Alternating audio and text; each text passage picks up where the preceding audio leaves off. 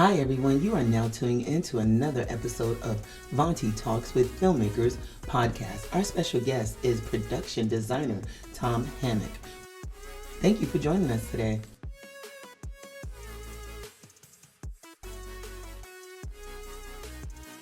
Hi everyone, and we are back with another episode of Conversations with Filmmakers. And I know that I say this every single episode, but I am excited to be talking to crew of all of these phenomenal films that you guys know and TV episodic or whatever, but today we have Tom Hammock, a production designer for Godzilla versus Kong, Blindspotting, Blair Witch, and TV series like Them, Outcast, and so many more. But he was also in the art department for classics like the remake of Charlie and the Chocolate Factory, Miss Congeniality 2, and my absolute fave, Constantine. Oh, the horror of it all. Is it safe for me to say, Tom, if they aren't having someone chased or gore is involved, you want no parts of it? Of course. Hi, Monty. How's it going? How's it going? So you saying no, of course. It's like horror is your thing, or Exactly. It's definitely my niche in this world. really? Well, that Yeah, is exciting. I mean, that's exciting to hear for the audience, right? I try and get people to always break down their role because a lot of folks may not know. So, can you elaborate on what your current role as a production designer actually is? sure. Being a production designer, it's really like being the architect of the film. So it's a big part of collaborating with the director and the cinematographer to come up with how the film looks. So everything that's out of focus behind the actors, really. But, when you get down to it, it's all the sets, all the locations, picture vehicles, props, set dressing, and a lot of reference for the visual effects. Wow. So everything that creates kind of the color palette and the visual texture of the film. I love that, but you're so casual about it, which is the most like that is a very pivotal thing. That is what draws people in. You're pretty much world building. It doesn't matter if it's inside, outside, overseas, on top of a building. You're one of those people that's able to help design it. Exactly. Yeah, putting the world together is a great way to put it. I love that. So give us a breakdown of what your average day might look like if you're working on a production. Totally. Well, I think it's important to split it into two kinds of average days. There's average days in pre-production, Mhm. which is when you're planning the movie, and then there's the average day in production when you're shooting the movie. We want to And hear it all. Go, Tom. okay, all right. Well, so in the planning phase, generally construction starts very early and will start a little bit after construction. So the art director, set decorator, and I get into the office. We go through all the sets that are being constructed, kind of see what state they're in, Mhm. answer any questions, keep that whole side of the project going. Because you have to think on some of these big movies, you're building 80 sets. So Wow. it's just huge amounts of construction going on. Yes. And then, you come back to the art department and you work with the set designers who are the people drafting, putting together all the construction documents for what's being built. Mhm. So you generally spend some time with that. And then you're off looking at locations, hunting for locations with the locations department. Mhm. And then generally towards the end of the day, you're back with construction again. And then, Mhm. of course, there's all the normal production stuff that goes on, meeting with directors and everything. So that's sort of the planning phase. So it's a lot with construction, lots of drafting, lots of illustration.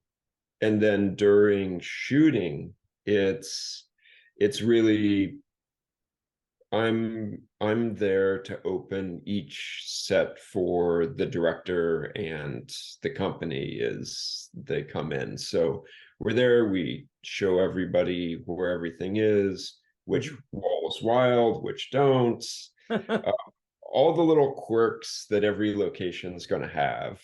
So during shooting, that's really the big part of the day. And I like trying to stay through the shooting of any masters. So we've seen the whole world, the widest shot we're going to get.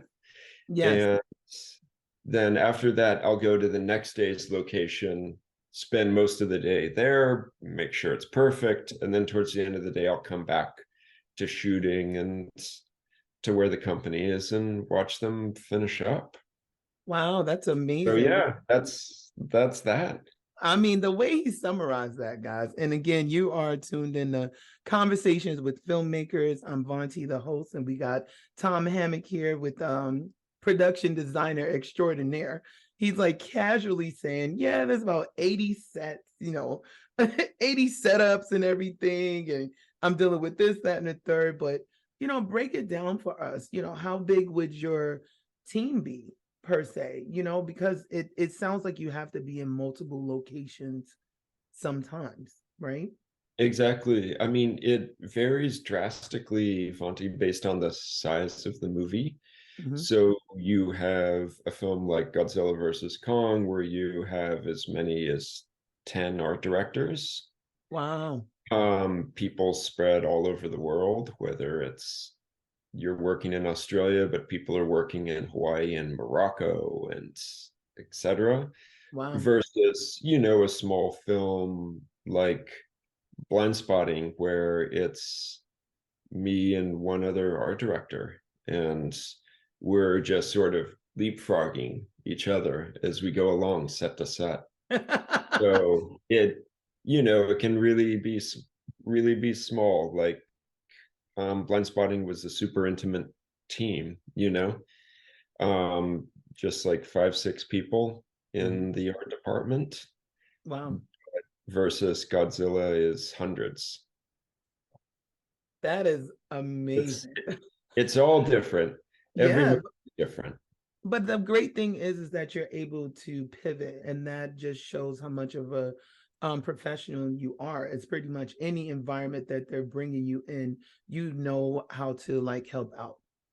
Is that safe Yeah, to say? totally. Because they say even on the biggest, fanciest movie, it's like you get through all the trailers and all the gear and everything, and you still end up with coming upon a director who's sitting at a table with 2 actors, right? And a Yeah. camera.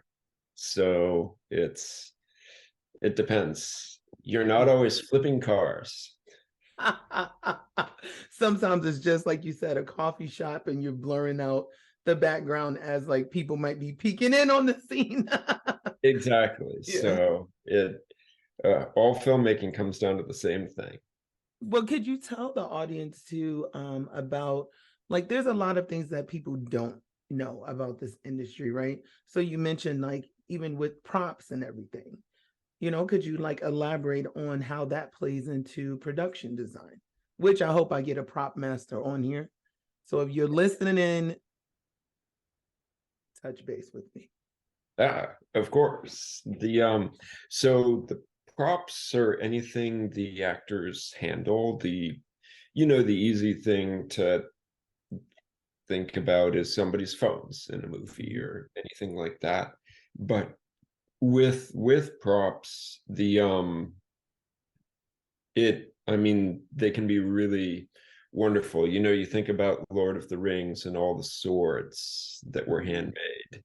So it's props is this big world, and generally the head of that department is the prop master, Mm-hmm. and then they have their whole team, and they're really in charge of the actors will come in and they in collaboration with the actors and the directors and me will go through and we'll pick all the different things that character will have, whether it's their watch, their wallet, their phone, are they married? You're trying to answer those basic questions about the character and communicate it succinctly to the audience, because people pick up on those little details. We all notice those little details in our daily lives, about everyone we come across. And the prop master is really there to try to fill in that little bit of humanity about a character, give them that backstory, whether it's shows up in the movie or not. Yes. That's what the prop master does. Is Yeah, I great. know. I know for me as a screenwriter, that is something that's pivotal for me because we've always been taught to not have just talking heads, right? So you see me and you are just like sipping away. It's like some kind of action instead of us looking so stagnant. So in my scripts, I might have them maybe smoking a cigarette or having a drink or eating their favorite cookies or something. That all plays into who that character is and to differentiate between them, like Yeah, say if like it's a group of characters sitting at a table eating pizza, right? One of them might be like, "Where's the ranch at?" The other one's like, "I need hot sauce." You know what I mean? Another one was like doing it with a fork and all that. All of that plays into it. So it's great to hear that, and people might not realize on a set, someone like you that is designing and you're interacting with all of these different elements to make it seem more realistic. And that is how people deep dive into some of the favorite films, right? exactly. And to carry the color palette of the film all the way through even the smallest details. You think about a wonderful film like Road to Perdition and how Mm-hmm. specific the colors are in that movie, Mm-hmm. right? And that carries directly down to the tiny props. Mm-hmm. Yeah, no, absolutely. So really quick to just pivot for a section and go back to something because first of all, I've never met anybody that's done the blockbuster films, and that is my Oh, joint. okay. How does one get into that blockbuster realm? Something like Godzilla versus Kong. You are actually doing the second one as well coming out, right? Yeah, it comes out next spring. The Nice. um I mean, getting into it, it's hard to say. I sort of stumbled into it, but everybody ends up in that world in a different way. You Mm-hmm. know, for me in particular, I worked with one director repeatedly named Adam Wingard, Adam. who, yeah, who directed Your Next and The Guest and a lot of really great films. And he slowly worked his way up to it, and I just continued working with him. And that's how I ended up in that world. But I kind of bounced between that world and smaller movies. Mm-hmm. Obviously, there are a lot of designers who are in that world, and that's what they do, Mm-hmm. is the big giant films. But But you like more of the variety, right? yeah, I like bouncing around. I love that because that gives you more experience. And again, that versatility. And guys, you are tuning in to Conversations with Filmmakers. We have Tom Hammock here. Really quickly, we are going to take a break for our sponsors. And now, a word from one of our sponsors. After starting my podcast, I needed to hire the pros to market the content. Are you looking for digital success? Look no further. World Boss HQ is your strategic partner. Their experts turn your vision into a digital masterpiece. From stunning websites to powerful marketing, they've got you covered. Startups or established businesses, they are your one-stop solution. Visit worldbosshq.com. That is WORLDBOSSHQ.com and unleash your potential today. World Boss HQ Digital Marketing. Your online empire awaits. We are excited to bring you this world exclusive teaser from Bad Rabbit Pictures and Movie Pods. They are presented Age of Prophecy, a sci-fi fantasy podcast done in the style of the radio dramas of yesteryear. Coming soon to all streaming platforms. Visit www.moviepods.com or www.anoukchronicles.com for all the release dates. You won't want to miss this one. Your myths were born from our history. Let's check it out.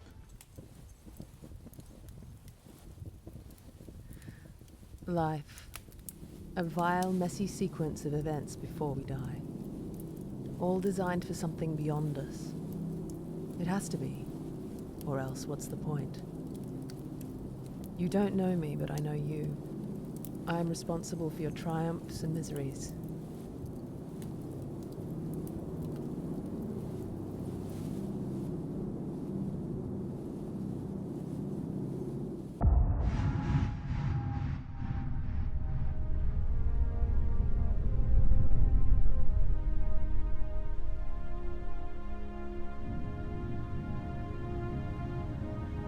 I am Zira Enlil, and to truly understand your own story, you must know mine.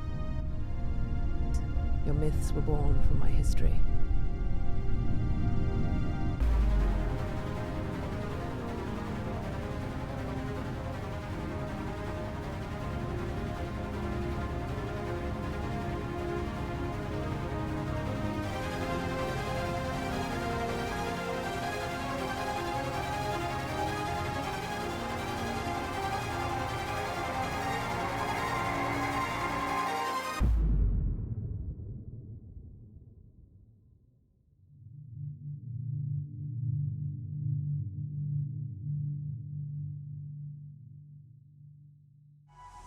Hi there, and welcome back to Conversations with Filmmakers podcast. All right, you guys, welcome back. We are continuing the conversation, talking about Godzilla versus Kong and these big budget films. But Tom Hammock has just mentioned, he likes the variety of it all. Could you then tell us, how long have you been in this industry? Oh man, I think I've been in the industry 20 years, something Nice. like that. So, but you blink your eyes and time passes quick. I So, know. but there's always another movie. So, Exactly. And it keeps us youthful. That is like the major trend that I've learned is like being in it for so long, but it doesn't feel like that because it is our passion and it's fun pretty much. It's like you get the end result instantly, right? Like, hey, I worked on that movie. totally. No, it's the best. Well, I did know we spoke the other day and you mentioned about the books and everything behind you. Could you give the audience the backstory on that? And the history maybe as well. Oh, yeah, it's what's interesting. So studios, most production designers have something like this wherever they're living, and it's that studios used to have big research libraries with librarians for visual research for the art departments. But when the studios were kind of broken apart and purchased in the 60s and 70s, all those rare books were sold off. So these days, unfortunately, or fortunately, it's really the responsibility of the production designer to put together the research for films. And I guess what's behind me is just leftover research and books from a lot of movies. So yeah, it's a lot of architecture books, a lot of photography books. I'm trying to think of a really quick example for you Absolutely. that would be useful. So, well, I guess we'll do two things. A lot of old books, but Yeah. this, as an example, is a book of architectural details. Oh, So wow. if you were doing a period house, you have to have these things to know how houses were built in the 1800s. So you need those old books that the builders used to use at the time. So that's what it is. It's all of that kind of stuff, but it's what lends the reality and the tiny details to the movies. Well, that's amazing though, because if you think about it, there's a whole bunch of law books, right? And they reference back certain cases and everything. You know, when you're in healthcare, they reference back certain operations that might have happened in the past so they can strategically figure out what they're going to do. So it's nice to know that even in film, when you're trying to develop content and make it seem more accurate, people like yourself have those books available that you can reference and make it to where it's not a guess. And that's something, yeah. Yeah, exactly. You do everything you can to add the reality to the project. So, but then you turn around and you end up with all these stacks of books. um, Maybe you'll never use them again, and but you never know. The But each one probably has a story behind it. So that's yeah, at least a great thing. I have a really great one. I'll show you really quick.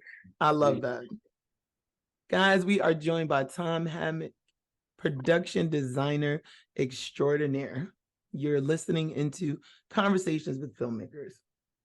I just thought of this as an example for Godzilla versus Kong. And What's the what name of it? I don't know. It's but what it is it's a mold book for neon signs for Hong Kong. And if you remember in Godzilla versus Kong, there's all of the neon on the buildings. Yes. So that's all done as art. So, you know, you think of books that are essential, and this in Hong Kong is kind of their Bible for producing neon letters. Wow. And having it is what allowed us to make the third act of that film, you know, so vibrant and colorful and special. So often it'll just come down to finding that one right book to Wow. you know get you in the zone. That is amazing though. It's like I would have never thought of something like that, that those details come in that way, and it's making movie magic pretty much. So what started you on this journey, Tom? Was this a changing of careers, or, you know, how did you get into filmmaking? I mean, I like a lot of people, you know, in art department, in production design, I was in the architecture world beforehand. And so I came out of architecture, and it was, you know, it's a little strange. I grew up, my father studies poisons. Mm. And so I grew up around spiders and venom and all that sort of stuff. That's amazing, but no. And so I ended up helping him out and being the spider consultant for the first Spider-Man early on, answering any questions they had and helping art department with that sort of stuff. And that kind of led me to segue out of architecture and into movies. It How just did they kind of happened find by you? chance. How did they find you for Spider-Man? Like, how was it? They was like, hey, Tom. No, they had tracked my dad down just because there aren't many people who work in that area, and they had wanted to reproduce some of the machines. You remember Tobey Maguire goes to the lab. That's my dad has a section of his lab that is similar to that. Wow. So they had just, again, just like the books, doing their research, tracking down the real thing, trying to find what it really looks like, what it really feels like. And I just helped them a bit with that and ended up moving over into film, and here we are. That is amazing. And you're so, Tom, what I love about Tom, you guys, is he's so casual as he drops these golden nuggets of cinema. It's like, yeah, I was an architect. Yeah, my dad studies poisons. You know, yeah, all of a sudden I'm on Spider-Man and I'm helping him out. It's like, wait, what? I mean, did you have a mentor in this industry? I did. I was lucky enough to have a couple of mentors. So Robert Boyle, who is a production designer who's really amazing, who designed Hitchcock's films, among many others. So he designed The Birds, North by Northwest, and he passed away recently, but he is a wonderful production designer. and another production designer named Larry Paul, who Mhm. designed Blade Runner and Back to the Future. Wow. Anyway, both of them, I studied with them, and then both of them watched over me, in my early career, which was great to have those sorts of people to lean on. They were amazing. What kind of lessons did they teach you, that you've taken with you even today? Because everybody definitely has them, right? On like how they approach work and business and ethics and all that. What was it? Totally. Something?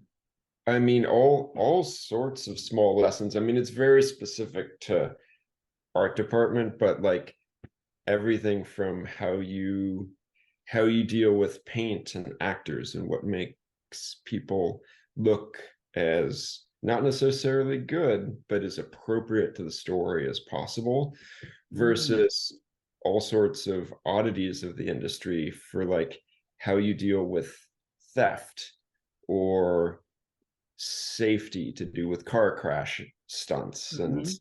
so anyway, it's a broad world.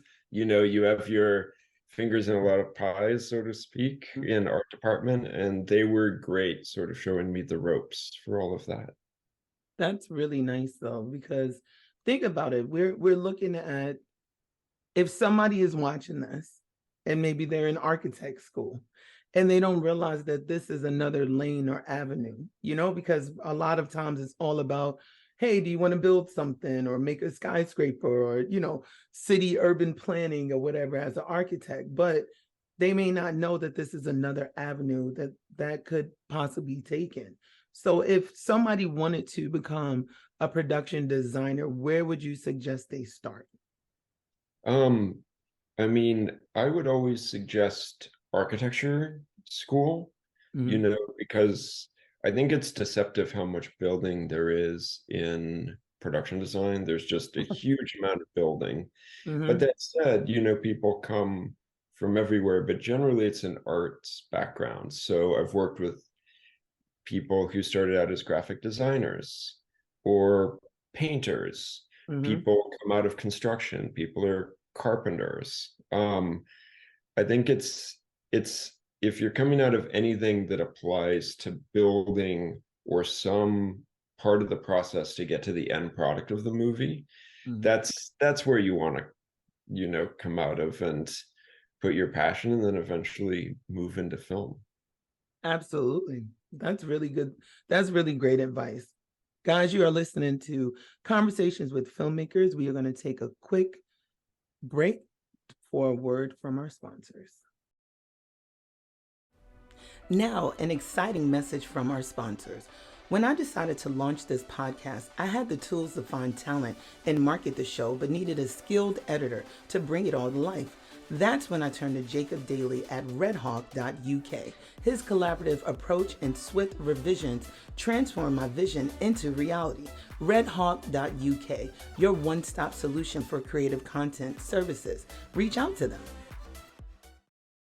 Now a word from another of our supporting sponsors, that is Realm IQ, a new AI consultancy started by film marketing veteran Kurt Doty, who has built an international team of AI mentors to help AI change management for your business. Go to www.curtdoty.co/Realm IQ. Smart people for smart adoption, creating smart worlds. Realm IQ. Book your AI workshop today. Adopt or perish. Hi there, and welcome back to Conversations with Filmmakers podcast. And guys, we are back. We have Tom Hammock here, who is a production designer extraordinaire, and he was just giving us a breakdown on some of the things you can do in order to get into production design, which is, having that background in art, maybe going to architecture school, having a background in construction, those kind of things in order to understand the logistics of what it means to build sets anywhere in the world, off the side of a cliff, if need be, in a helicopter. Am I wrong, Tom? You're not wrong. Just finished building sets on a cliff and dealing with helicopters. So, What? Did you really? yep.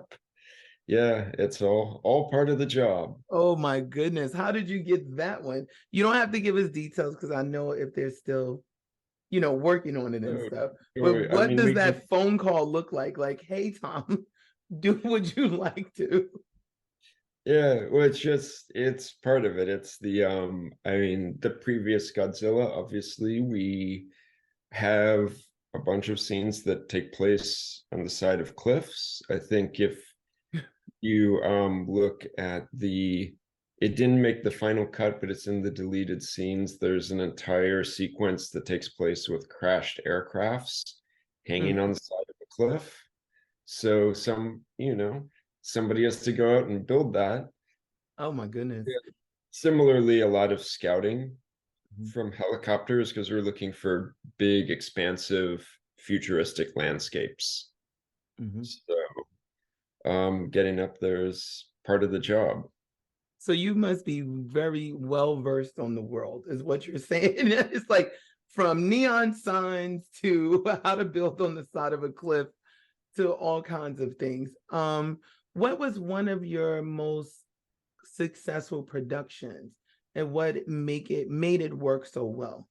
So I don't mean like, oh, was the movie great? It's more, I mean, what made it go as smoothly as possible that you really enjoyed that experience? Oh, well, I'd say probably the first film I ever did, which was a film starring Amber Heard called All the Boys Love Mandy Lane, which Mhm. is a horror film. And even though it was tiny, it was really special. And there's nothing like making a movie with friends. And Uh-huh. that was making a small movie with friends. And it went so well because we were all so close. We were able to plan the film out so that we knew every beat, everything that was happening. And the it went smoothly, it turned out great, and it just ended up being a wonderful process all the way through. So I'd say that's the one. That is the one. Okay. And what would you consider your favorite genre to be as well? The I mean, I think it's horror is You think definitely my favorite genre. It's really tied into the fact that within that genre, you're not tied to stars.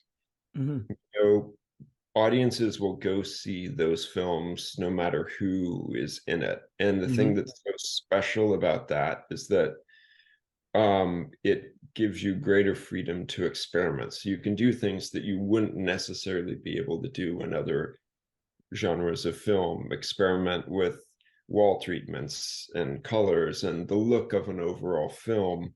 Mhm. Um, and people will still go and have a great time with horror films, whereas they might be more judgmental, say, in another genre. Horror fans are so like exciting and they're always looking for something new, and it's a great area to work in.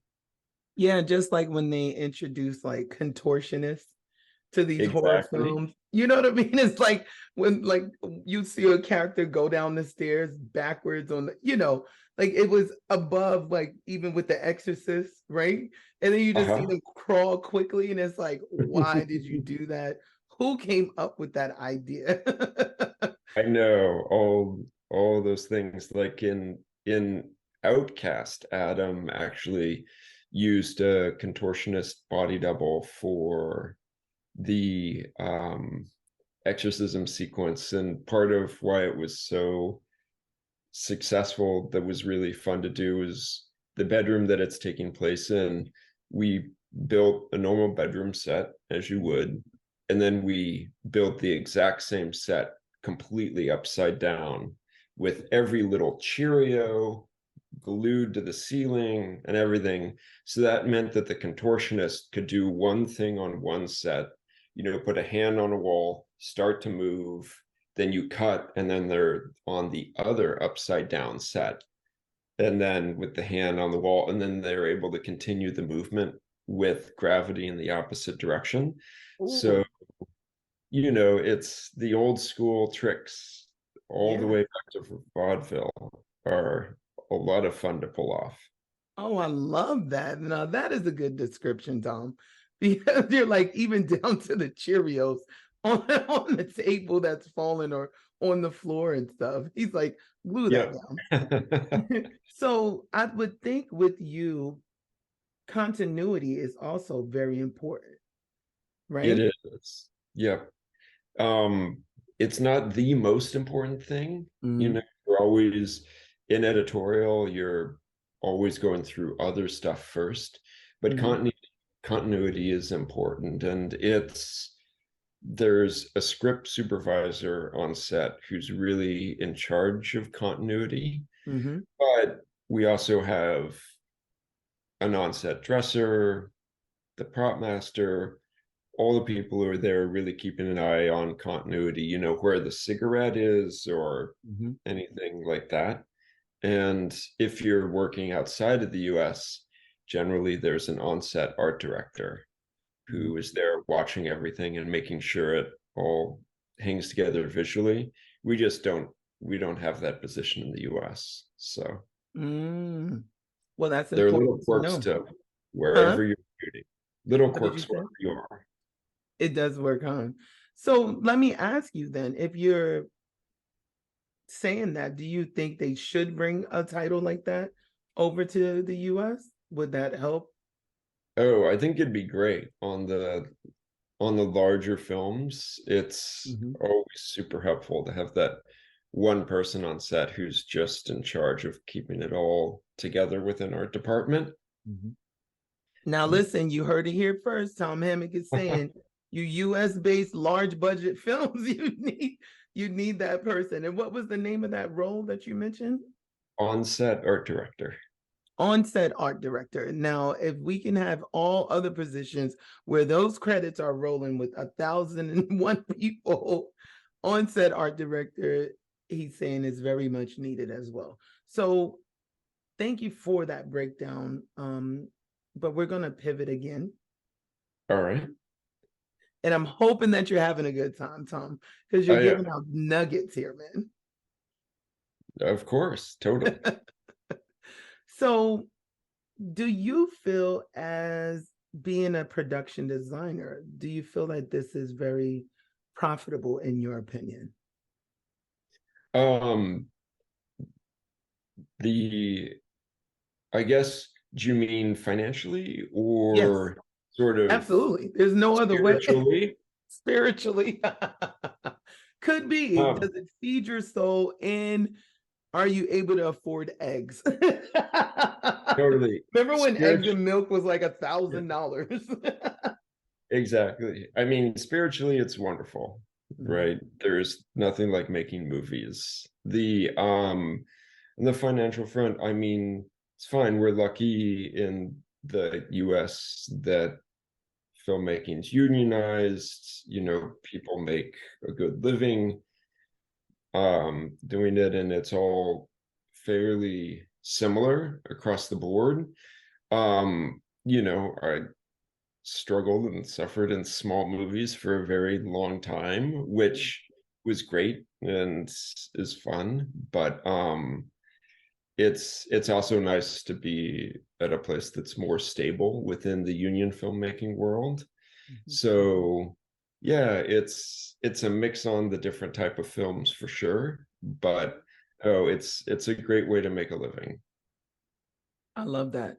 And like you mentioned, it feeds your soul as well. Exactly. Guys, we are here with Tom Hammock, production designer extraordinaire, where he has Godzilla versus Kong coming up next year that will be releasing big budget stuff, but also the smaller budget things as well can be as interesting. What kinds of technology, how do you feel has technology impacted the production process for you? The for art department, it's really come down to obviously AI is at a unique place, Mhm. and at the moment we aren't really using it because there's no clean chain of title. Mhm. So it means that what you create with it can't be copyrighted. So for the moment, we aren't using it. And it remains to be seen how that will affect everything. But I would say previous to that, ignoring visual effects, the kind of largest change was when I was fairly early in my career and 3D modeling really became effective, where you would take 2D plans for sets and you could produce, you know, basic walls and shapes in 3D and allow everybody to move through a space virtually and see what would be built ahead of time. And that's still, we use that every single day in our department, just because as the sets get more and more complicated, it's hard to communicate what it'll look like down the road to people. And it's a wonderful tool for getting everyone on the same page. You know, when I still try to keep things old school when I can, as much as possible, building physical models, because there's still nothing like coming in and, you know, there's a model and everybody can sit there and look and physically move what would move. And that's great. But when that's not possible, the digital models are fantastic. So I think that's probably the biggest change in the last 15 years or so to our department. And with you, how do you navigate even having to reset a scene? So remember how the nukes came out with the Matrix, with the fight scene in that hallway in the lobby of the building, and they had to reset it like 1,001 times. How do you you know, work with that whole situation as well? I mean, it's all about the logistics and the planning, and you're either replastering and repainting holes as they come up, or you've pre-built multiples of entire set pieces and you're changing out entire walls at a time. It's whatever's most efficient to keep the camera rolling, you know, always be shooting. So and how do you prepare yourself when it's like, say, an inside shot on a sound stage, but like you mentioned, setting up a shot on like a cliff? You know, that's like outside, you cannot control the elements and everything. Well, obviously one does everything one can to prepare for all the eventualities of the weather. But when you take that off the table, it's just a lot of planning. In our department, you draw a lot of plans that are distributed to everybody, that are color coded with everyone's job on them, so that everyone knows what they're supposed to be doing, where they can be, where it's safe to be, where it's not safe to be, so that all of that information gets distributed to everyone. And that is a big part of what our department does that doesn't really end up on screen, is just producing all of these plans and drawings for everyone to keep the production moving forward. Well, let's do a deeper dive into that, right? So logistics wise, because I always tell people as well, and I've said it before, when you're on say a union set or something, or like a very professional set, they move like the military. They move in unison. You're marching along. Like if you say we're going to the next room, everybody knows exactly what they need to do. For someone like yourself, how do you prepare your team for that? When you said like the color coding and all of that stuff, you know, are you having weekly meetings? Do you get on phone calls? Like definitely take us through that whole pre-production process on how you totally. It's constant. So it starts small and it grows out. So you'll start early, you know, you end up at a location, say, where something's happening, with the director and the cinematographer and the assistant director and locations, and you start working your way through that, figuring out all the bottlenecks, all the constraints, all the issues. And then from there, it's lots of meetings, making lists, and then eventually you'll have a tech scout, which is a technical scout where all the department heads on the movie come and to the location, and they look at it and analyze all the issues and problems. Oh, wow.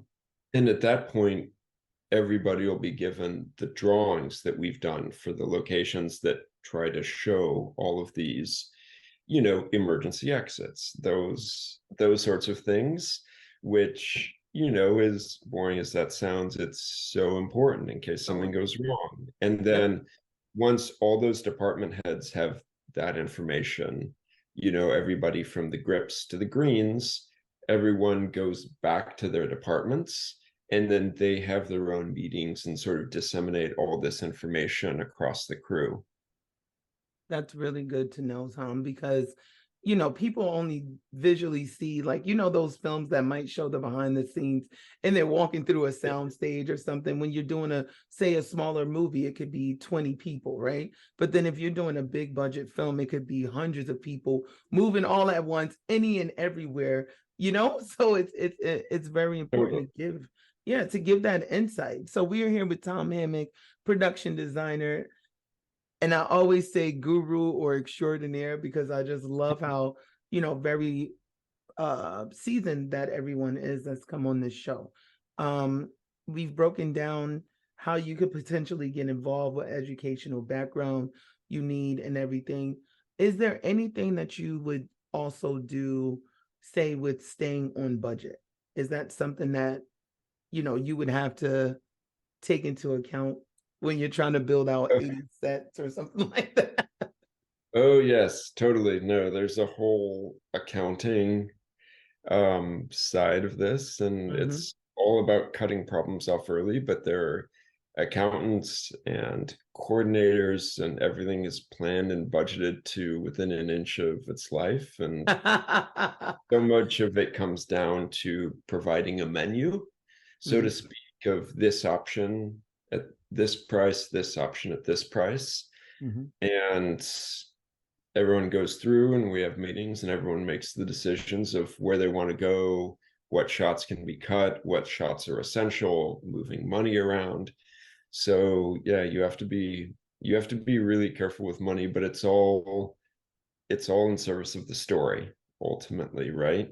And and it all comes down to the director, and that's one of the most important things they do that's kind of hidden or offside, is focusing the money in the places they want it focused to tell the story how they tell the story. You have somebody like David Fincher who's going to focus his money on getting as many takes as possible, versus Tim Burton who's going to focus it on world building. Everybody's so different in how they go about making the project, which is part of what makes it so fun. Exactly. Have you ever had to really fight for a scene or something that you had set up before? We did have a production accountant on here, by the way, and she broke down nice. Yeah, she was really cool. Broke down the tier 1, 2, 3. She was just going in on okay, cameraman, why do you need 3 more people? Is it necessary?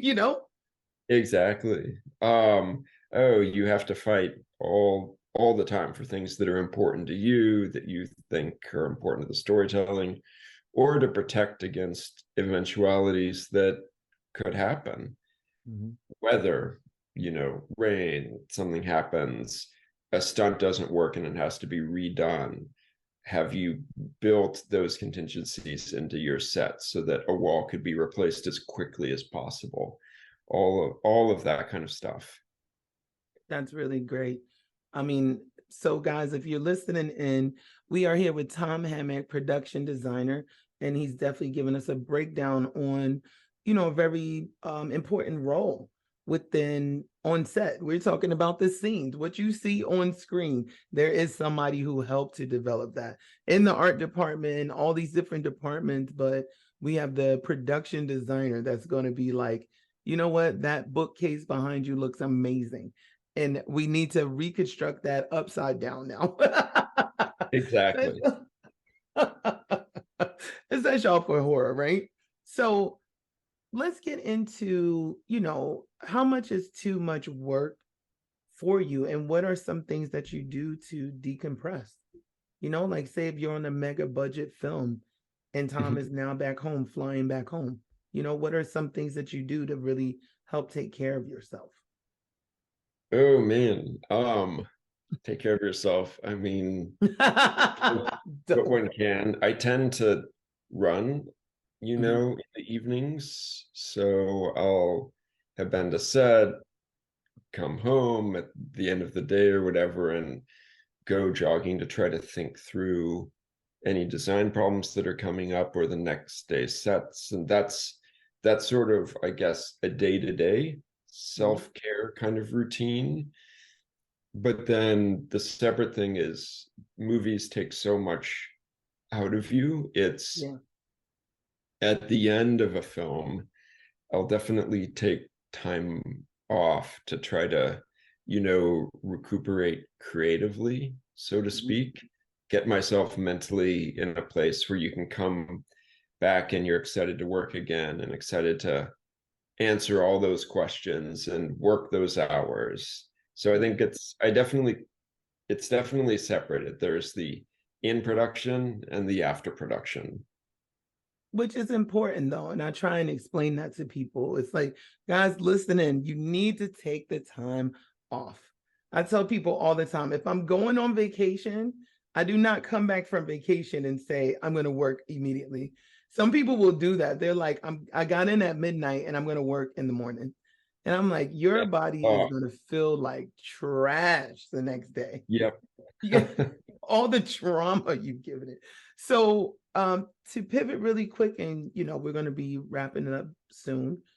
Guys, you are listening to Conversations with Filmmakers. We got Tom Hammock here, production designer extraordinaire, guru, I'm going to say. Are there any projects out there that you wish you would have worked on or you'd love to work on? Oh man. I mean, I love in camera work, and I mean in the short term, Oppenheimer and Barbie, they both looked like wonderful projects Yeah. in the art department realm. They both look so good. They're just fascinating topics. I mean, who Mhm. wouldn't want to work on those two? So Yeah. I think that's what jumps out immediately is Yeah. that, yeah, you know, who doesn't want to be buried in pink cement, I guess. One of You them. are so crazy. Who doesn't want to be buried in pink cement? But is there any um people that are in this industry? Because I know that you mentioned your two mentors, and unfortunately one had passed away. Is there somebody else out there that you'd love to work on their stuff with? You know? Oh man, well, I was lucky enough to work with a production designer called Owen Patterson, who designed The Matrix. Oh, And nice. he's a wonderful guy, and working with him was fantastic. And yeah, if I could pick someone to work with again, I'd work with Owen in a heartbeat. Shout out to Owen Patterson. Listen, Tom wants to work with you again. He said, let's do Matrix 24, like Fast and the Furious, right? There's like Exactly. 35 episodes, 35 versions of Keep that. pumping them out. Yeah, man. So that's really nice and everything. My last question to you is this. All right. Unless there's something else you'd like to discuss about your storied history or anything. Oh, no, all good. I Waiting on love the edge Tom. of my seat. Huh? Waiting on the edge of my seat. Well, it's not that complex of a question. It's more of if you could turn back the hands of time, would you do this all over again? And why? Um, I would, because there's nothing more wonderful than making movies with friends. I love that. It's, you know, uh, Yes, I love yeah, that. it's a great place to be in and a great industry, and people are wonderful and creative, and I'm so lucky to be here. This guy, Tom, is a humble person. Do you guys hear me? Man has been in for 2 decades, done so much. I'm looking forward to the next project that you're going to be working on, Tom. I really appreciate you coming on the show. Thanks for having me, Vontae. I really appreciate it. Yeah, man. All right, you guys, that has been another episode of Conversations with Filmmakers. Tom Hammock here, production designer. Give us one more time that art direction person that you want to work with. Owen Patterson. Owen Patterson, if you're listening in, man, your boy Tom is waiting on you to holler at him, okay? Thank you, guys, and I hope to see you next time. Bye, everyone. Bye, Tom. Bye, everyone. You've just tuned into an episode of Conversations with Filmmakers podcast.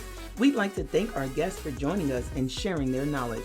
This has been a production of Vonti Pictures, hosted by me, Vonti McCrae, a screenwriter and producer.